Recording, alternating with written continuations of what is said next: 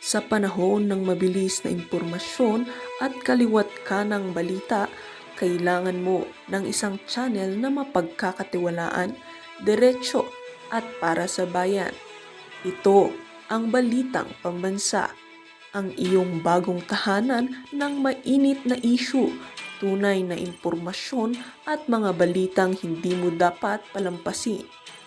Mula sa mga trending na kaganapan sa social media hanggang sa mga seryosong isyong pambansa. Bantay kami sa bawat sulok ng bansa para sa iyo. Hindi lang basta chismis, kundi validated news, mga impormasyon na may batayan at mga kwento ng tunay na buhay Pilipino. At kung gusto mong laging nauuna sa kaalaman, huwag kalimutang mag-like, mag-share at higit sa lahat, mag-subscribe. Dahil sa Balitang Pambansa, balita mo, boses mo, bayan natin ito.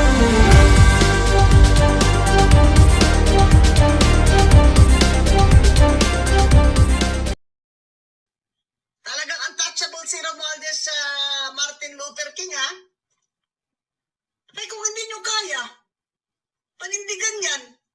Yung putang aman yung ICI na yan, wala nang trust ang tao sa inyo, ay mag-resign na kayo lahat. Manchutang Chines. Ayan. BBM. Ay, meron pa siyang bago. Ano to? Ito. Dapat i-abolish na lang yung ICI na yan. Mga inutil. Wala daw silang makita. Nasa mukha nyo na. Kakagatin na kayo. Wala pa rin kayo makita. Kasi utos sa inyo ni BBM. That's true. Isaldi ko lang. Kasuhan nyo. Hindi nyo pwedeng kasuhan ng pinsan niya si Martin Luther King. Also known as Kim Bonjing. You think we're stupid? Pakakatawa din to. Oh. What kind of investigation are you doing there? When the people have lost trust in your independence, Alam mo, you're useless. That's why all this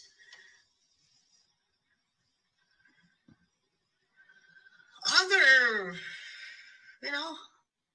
independent, nasa Europe yun si Palangga. legal experts have refused, such as former Ombudsman Justice Carpio Morales, because they know that this ICI is just cosmetic. Yeah, cover up. Come on, BBM. Mag-iwi-iwi ka nga Palangga. Why did you all of a sudden wake up from your comfortable slumber after 3 years to make public these ghost projects? Why? Because of the U.S. State Department report. And I'm sure other creditors will be making comments soon. Utang ka ng utang, BBM. Utang na loob. Utang ng ina mo. Tapos kinukurakot lang ninyo ng pinsan mo. Huwag ka maghugas ng kamay na hindi ka kasali dito, BBM. Dahil ikaw ang nagpirma. Budget mo yun. Ang 2025 budget na puno ng padding ng paldo na ng lahat ng ghost projects at infra na Gigil na rin siya, no? Matagal na itong gigil eh. kahayupan nyo. Good. Mga congressman at congresswoman na mga ganid kayo. Ginamit nyo ang General Appropriations Act ng 2025 dahil election, magi-election. Kasi ambisyon ni Martin Luther King i-control ang mga congressman, ang mga district, ang mga party list para sa 2028 election na siya ang tatakbo na presidente. Kaya huwag mo na kaming lokohin, BBM. I-abolish mo na yung ICI mo. Gumawa ka ng politician na mapapaniwala ng paniwalaan ng tao. Well, wala na talaga. Yung mga nilagay mo dyan, wala yan. Tuta mo lahat yan. Mhm. Okay. Ayan, ang ating Madam Bing Guanzon. Grabe. So, alam naman natin talaga yan. Tiyan mo, ang daming sasata. Ang problema, sa totoo lang, sabi ko nga, dapat nga kakampi talaga natin ngayon yung mga kakamping. Dahil 'di ba, ang kanilang laban diyan is anti-Marcos sila, 'di ba? Pero ngayon nag-iisa na lang ito si Bing Guanzon, si Rowena Guanzon, ang talagang matapang, which is nakakaaliw. Talagang sabi nga ni Cato B, Maharlikanism is our new lingua franca. Hindi ko alam pati si Kong no, si Governor Chavit Singson. Ako na tinuturo. Sabi daw ni Maharlika, bangag ang presidente. Which is nakakatuwa, alam mo yon. Nakakatuwa dahil marami na talagang nagigising. Kaya lang naman, ang problema lang dito, baka instead na ako ang habulin lang, hinahabol din sila mga palangga. So si Chavit, inaano na rin to, ginagwardyahan na rin to ng mga bangag dahil kahapon sa kanyang press conference, binanggit na naman, sabi ni Maharlika, bangag daw katulad dito, pinost ko si Rowena Guanzon. Isa lang, bago tayo kay Chavit. Direct. Nakakatawa siya. No? BBM. Lakas mga saram. Is still on the dark side.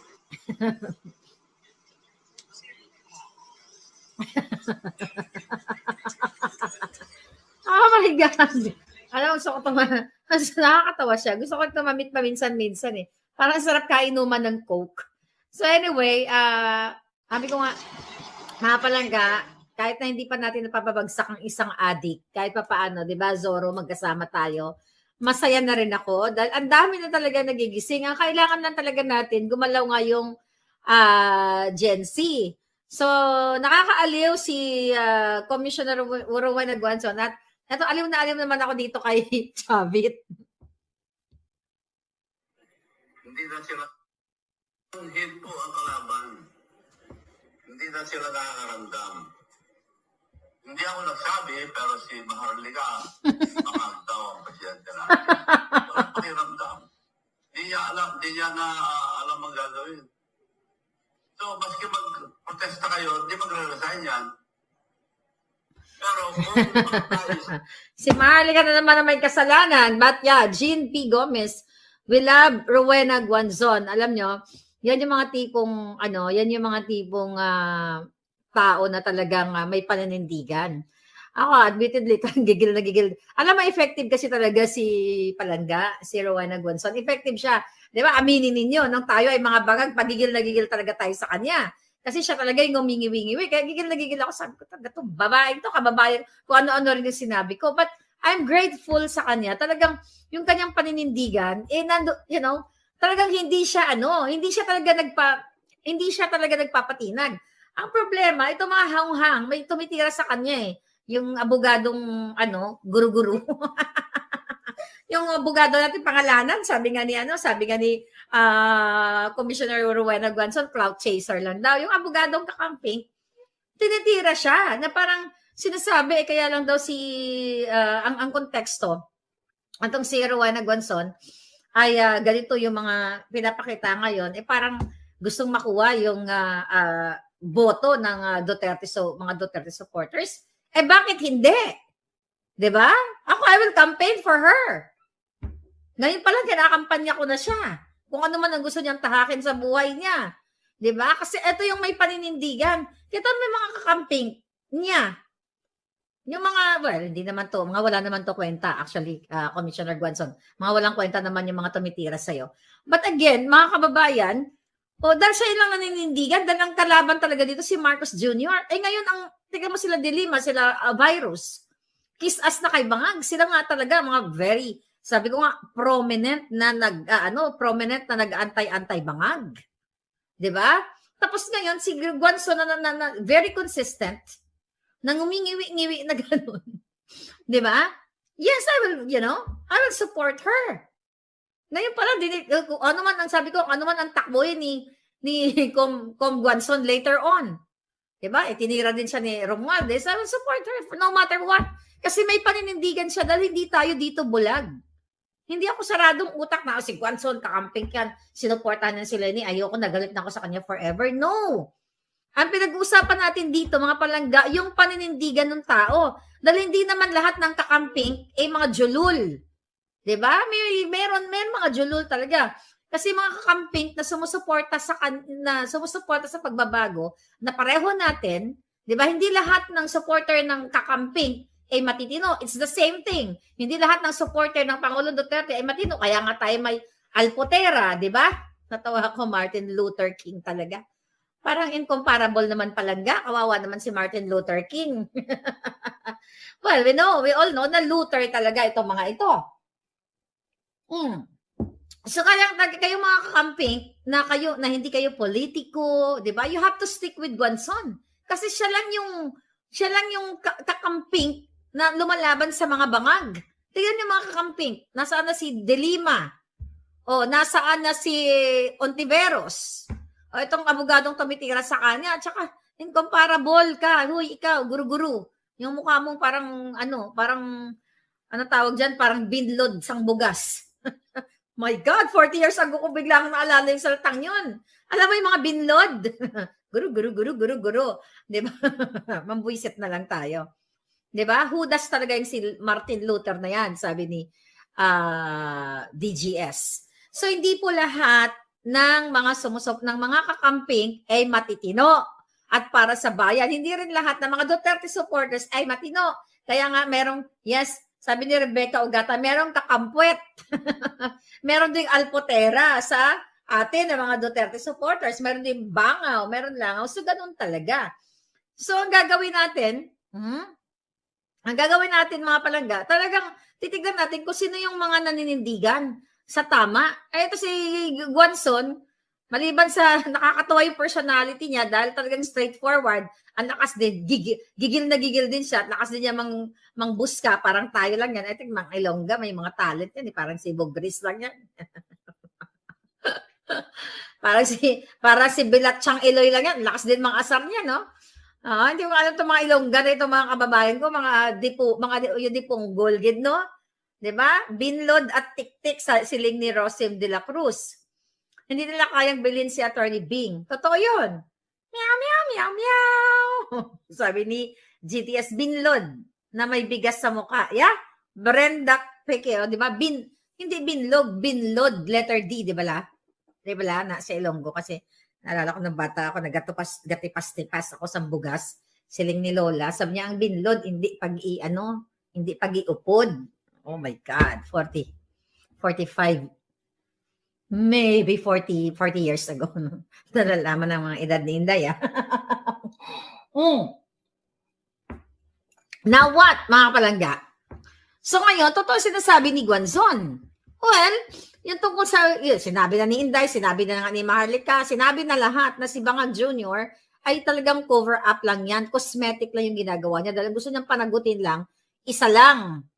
O ilang tao lang. Pero si Martin Luther King nga, si Martin Romualdez, tambalos sa ililigtas nila. Kaya nga, grabe grabe talaga yung laban natin. Ngayon, may sinantong vlog natin supposedly kasi nakapag-vlog na tayo kanina. Mga kababayan? Palangga Bing, ang dami talaga nagmamahal sa'yo. Love ko na rin yan. Love ko na talaga siya kasi aliw na aliw ako sa kanya. Not because well, you know what? When you love someone, kasi I will talk about that. Kasi very heavy na yung politika na yan. Like ako, you don't love me because sa mga expose ko, right? You don't love me dahil yung mga in-expose ko sa inyo, nakakarimarim. Di ba ang in-expose natin dito, hindi naman magandang balita eh. Nakakarimarim, kaletsyang balita kaletsyang, you don't love me dahil sa yung mga balitang nilalapag natin dito. You love a person, number one, dahil sa kanyang personality. Ano yung personality niya? Matapang, braveness, bakit sinasabi nyo na, Marlica, I'm proud of you, we love you, Guanzon, we love you, ganyan, we're proud of you. Why? That's a braveness. It's the same thing has Maris, thank you Palangga. Ganon din. Ganon din dun minahal si Kiko Barzaga. Dahil recently, di ba, talagang rockstar din ito si Kiko Barzaga. Hindi yung sa minamahal actually. Kasi yung mga binabalita naman dito, nakakajuta-jutahan talaga. Nilalab niya yung isang tao dahil sa kanyang karakter. Not because sa kanyang mga sinasabi, kasi yung mga sinasabi ko, katulad ng mga expose na yan, hindi naman nanggaling yan sa akin originally. Galing yan sa mga puting ahas, sa mga tibo na ahas. Shoutout pala sa tibong ahas, yung nagbigay sa atin ng signature nitong yung nag-sign, nag-notaryo doon sa affidavit ni Orly Guteza. Diba? O, tibong ahas ang nagbigay sa atin noon. But anyway, so hindi nyo minamahal ang isang tao, ang isang vlogger dahil sa kanyang mga expose. Dahil nakakarimarim talaga yung mga balita na sinasabi namin. Minamahal nyo yung karakter niya, yung pagiging bold, brave niya. At of course, pagiging makatao, kikay, or whatever. At dahil meron siyang tapang, meron siyang lakas ng loob na ibigay ay echo ang inyong sentimiento. Di ba yung mga hindi niyo nasasabi? Di ba? Ang hindi niyo nasasabi namin. Katulad dito kay Bing Guanzon, nakakaaliw, di ba? Mga utang ama ninyo, di ba? Mutak na magjutang gininahin. Yes, sabi ni Pats M, i-guess daw natin si Kong Kiko at si Attorney Guanzon. Pag hindi sila busy, bakit hindi? Di ba? Welcome naman sila dito sa channel natin.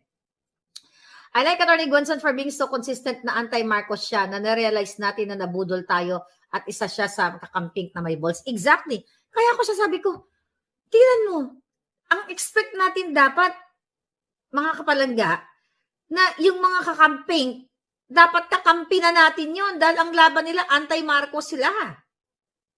Diba? Ano sabi nito?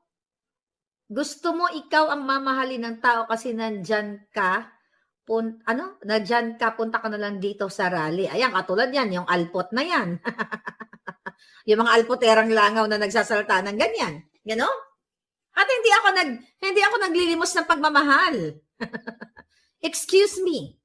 Isa lang na may nagmamahal sa'yo at may bumibembang sa'yo, panalo ka na sa banga, right? Pag-usapan natin yan sa Alindog TV 21. Ayan, follow nyo na lang yung Alindog TV 21. Diba? Makasama kayo mga alindugan natin dyan. Diba? O, katulad yung mga alpot na yan, gusto nila akong pauwiin. Kasi gusto nila akong mapatay. Gurgurin mo nga, Zorro. Pakigurgur nga para happy naman ang buhay natin na yun. Ang aga-aga dito, oh. Yan. So anyway, mga kababayan, ako ngayon pa lang, I declare that I will support this Rowena Guanzon kung ano man yung tahakin niyang landas kasi may paninindigan. So we need someone like her. Nasa kabila ng hindi na natin siya nagustuhan dahil nga anti-Marcos siya eh. At it turned out na tama talaga siya na bangag, adik si bangag. Tayo ang nagkamali. Ako nagkamali big time. Even Sara Duterte nagkamali big time. Inaamin naman yan. Humingi kami ng pasensya. Di ba? Hindi tayo nakinig kay Pangulong Duterte na sinasabi na may mga ngiwi-ngiwi, may addictus. Ngayon, mga palangga, ano pa? I've started to appreciate and love Palangga because you stood your ground, sabi ni Katobi. I love you too, Palangga. Di ba? Kasi ang laban natin dito, hindi because of name ng politician. Sabi ko nga, we support someone na ang alignment para sa taong bayan. At sabi ko nga, kahit na tayo supportado natin si Inday o sino man, like si Guanzon, sinuportahan niya si Lenny, di ba? Tapos pag may nang-aaway sa kanya, nakakapwa niya, kakapit, tinutorjak din niya. And that's what you called freedom. Kalayaan. Hindi ka dapat, dahil Sara lang tayo, Sara, parang santo na natin si Inday Sara na pag nagkamali si Inday Sara, pitik bulag, pikit bulag. Tama ba? Hindi, pitik bulag. Pikit lang ang mga mata natin. Diba? Hindi po pwedeng ganun. Kailangan open tayo, bukas tayo. Hindi katulad ng mga camping, sarado na sila. Nasaan na yung mga kadyutahan nila? Na anti-Marcos. Wala na. Kaya mahirap talaga ang laban natin. Pero again, Napag-usapan nga natin kanina na ang Gen Z ay may kapangyarihan sana. Ano to? Gen Z, kaya ang banga. Ba't banga? Kulang ng G. Ay, edit na lang natin yung banga na yan. Okay? Lalagyan natin ng G. Gen Z, kaya banga. Pwede na rin. Bangag. Bangag. Ayan, bangag. Okay. Now what? Kung Guanson, ayan. Tugtungan nyo na lang ng bangag to. Alam nyo na yung bangag natin, di ba? Okay. Gen Z, bangag. Okay? Gigil ang mga kakamping. Now what? Ito. Imagine niyo nagtagumpay na ang lahat ng mga nagtagumpay, tayo ay nganga pa rin. Imagine niyo ang mga kabataan ang nag-lead pagdating dito sa pagbabagsak nila sa kanilang leader na magnanakaw. Imagine mo, mga kababayan, tayo, tagal na natin nagsasalta dito, hindi pa rin natin napapabagsak ang mga adik. Kasi nga hindi pa kumakampi sa atin itong mga military na to. Hoy, kayo mga military, kayong mga pulis, na baka pag nag-retire nyo, wala na kayong makuhang pera sa inyong pension. Dahil ninakaw na ni Lisa Satanas, ni Martin Romualdez, si Tambalos, lahat ni Bangag. Kayo din. Sabi ko nga, ang nilalaban namin dito, ako nilalaban ko dito, hindi sarili ko. So katulad dito nga sa Madagascar. Okay? Gen Z ang namuno talaga dito. Ano mga issue nila? Dahil sa, again, kahirapan, korupsyon, mataas na tubig, walang kuryente. Diba? Ang mga kabataan ay talagang sila ang nag-lead para makuha nila o makamta nila itong kalayaan laban dito sa kanilang presidente o namumuno sa kanila na si Andry Rajoelina. Okay? So ngayon, mga kababayan, kaya sila naging successful dahil nga yung military ay kumampi sa kanila. Which is napakaganda. Kayong mga military, kayong mga pulis, ang hirap sa inyo, tatango-tango lang kayo. Alam nyo na hirap na kayo. Diba? Ninanakaw na pera niyo, tango-tango pa rin kayo. Kayong mga junior officers, dapat kayo talaga, dahil mga general bayad na yan, kayo ang mamuno para pabagsakin ang adik na presidente. Pabagsakin, kasi adik yan eh. Diba? Wag ang gobyerno, kasi ang gobyerno pinababagsak ni Marcos Jr. Ang pababagsakin natin, lahat ng magnanakaw. Lahat ng kumukuha ng pera, si Lisa Satanas, si Marcos Jr. Dahil si Marcos Jr., si Martin Romualdez, ay hindi sila gobyerno, sindikato sila. So you have to protect the government. You have to protect the state. You, people, men and women in uniform. Hindi ito inciting. Kapag kayo ay nanindigan, pag pinabagsak nyo ang isang adik na presidente, ibig sabihin, hero kayo. Dahil pinigilan nyo ang pagpapabagsak nila sa gobyerno o sa isang estado. Look at now, inunahan pa kayo ng Madagascar. Tinalo pa kayo ng Gen Z. Sunod-sunod na ang bumabagsak na mga magnanakaw. Diba? Yung Nepal, September, Gen Z din ang namuno. Diba? Dahil what? Dahil mga sindikato, mga magnanakaw, alam nyo na yan. And look at yung Indonesia, South Korea noong 2024. What else? Nanindigan. And even ang Morocco. Diba? Ngayon, talagang grabe yung power ng mga kabataan. Imagine niyo napatanggal nila ang kanilang presidente. At siguro pwede natin gawin na to, no? Kasi ang nangyari sa kanila, military, then magkakaroon daw sila ng election within 2 years. Kasi tumakas na yung kanilang presidente, di ba? Ito dapat ang gawin natin. Although sa Indonesia, hindi sila, totally talagang 100% nila na napatumba, at least nagkaroon sila ng what? Nagkaroon ng pressure ang kanilang yung kanilang effort ng mga kabataan para baguhin yung kanilang government system. Yung mga ginagawang pagnanakaw nitong mga bangag din sa kanila o mga kawatan na ito, mga palangga. Hindi magre-resign si Bangag. Sabi nga ni Inday, hindi magre-resign si Bangag. Pero pwede magkaroon ng pagpapatalsik sa isang addictus benedictus, sabi nga ni Singson, revolutionary government, kapag nag-people power na talaga, di ba, it's the same thing with the Madagascar, ang tinatawag nila ay interim government. Di ba, temporarily lang, kasi within 2 years ay magkakaroon sila ng election. While sa South Korea, nung last year, nakita nyo naman, na-impeach talaga nila ang kanilang presidente. Oh. You know, yung Morocco hindi pa totally successful, ongoing ang kanilang movement. Tayo, ongoing pa rin yung movement natin. Pero ang question natin, kailan? Di ba? Kailan?